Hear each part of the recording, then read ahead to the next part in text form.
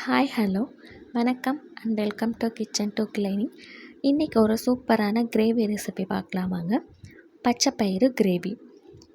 இது பண்ணுறது ரொம்ப சிம்பிள். இது இட்லி, தோசை, பூரி, சப்பாத்தி, ஃபுல்கா, ஈவன் சாதத்து கூட பிசைஞ்சு சாப்பிடவும் பக்காவாக இருக்கும். இந்த ஒரு சைடிஷ் போதும், நீங்கள் எல்லாத்து கூடயும் வச்சு சாப்பிட்லாம். பண்ணுறதும் ரொம்ப சிம்பிள். எப்படி பண்ணேன்னு ஷேர் பண்ணுறேன் வாங்க. 250 கிராம் பச்சைப்பயிறு நான் நைட்டே ஊற வச்சுருக்கேன். நீங்கள் சாயந்தரம் செய்கிறதா இருந்தால் காலையிலே ஊற வச்சுக்கோங்க. இப்போ இதை நம்ம விசில் போடணும். 5 விசில் வர வரைக்கும் வேக வைக்கணும்.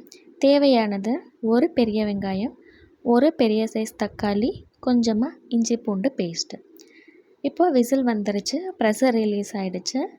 நான் ஓப்பன் பண்ணி காட்டுறேன் பாருங்கள்.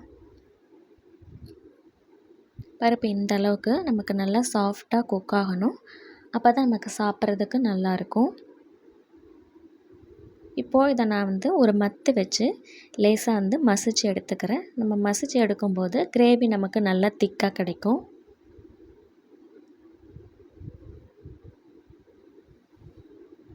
நீங்கள் ரொம்ப மையாக கடைஞ்சிட வேணாம். இந்த மாதிரி 1-2 மசிச்சா போதும். பாருங்கள், இந்த அளவுக்கு மசிச்சா போதும்.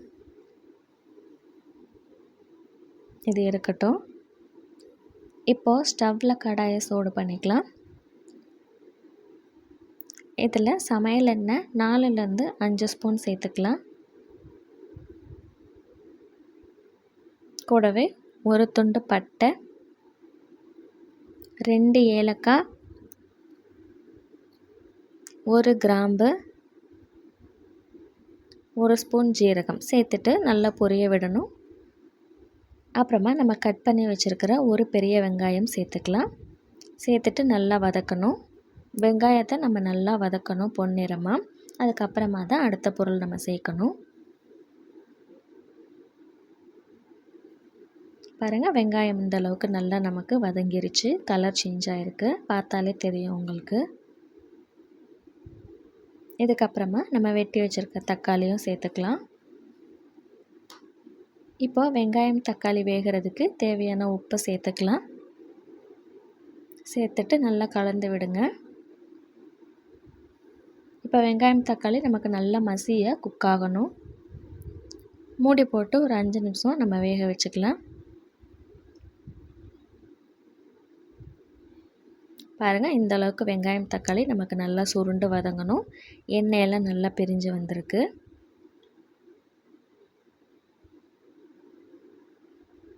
இப்போது ஸ்டவ்வை சிம்மில் போட்டுக்கோங்க.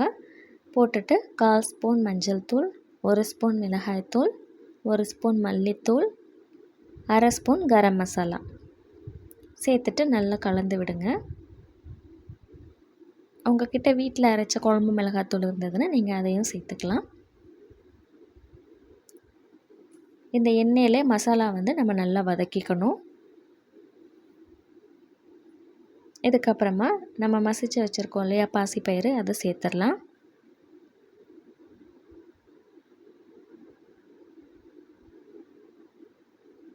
இது கூடவே ஒரு கிளாஸ் தண்ணி நான் ஆட் பண்ணியிருக்கேன். தண்ணி கொஞ்சம் கம்மியாகவே ஆட் பண்ணிக்கோங்க. இப்போது இதுக்கு தேவையான உப்பு கொஞ்சமாக சேர்த்துக்கலாம். சேர்த்துட்டு நல்லா கலந்து விடுங்க. இதை நம்ம நல்லா ஒரு கொதி கொதிக்க விடணும். நமக்கு அந்த பருப்பும் மசாலா எல்லாமே நல்லா சேர்ந்து கலந்து வரணும். அதோட நம்ம சேர்த்துருக்க மசாலாவோட பச்சை வாசனையும் போகணும். அதனால் நம்ம மீடியமில் வச்சு நல்லா கொதிக்க விடுங்க. ஹையில் வச்சிங்கன்னா நமக்கு பருப்புன்றதுனால சீக்கிரமாக அடி பிடிக்க ஆரம்பிச்சிடும். இப்போ மூடி போட்டு நான் ஒரு 5 நிமிஷம் நல்லா கொதிக்க விட்டுருக்கேன். பாருங்கள், நல்லா திக்காயிடுச்சு நமக்கு குழம்பு. இந்த அளவுக்கு திக்கானா போதும். ஏன்னா ஆறுனதுக்கப்புறம் நமக்கு இன்னமும் கெட்டி ஆகிடும். பாருங்கள், அவ்வளோதான். சூப்பரான பச்சைப்பயிறு கிரேவி ரெடி ஆகிடுச்சு.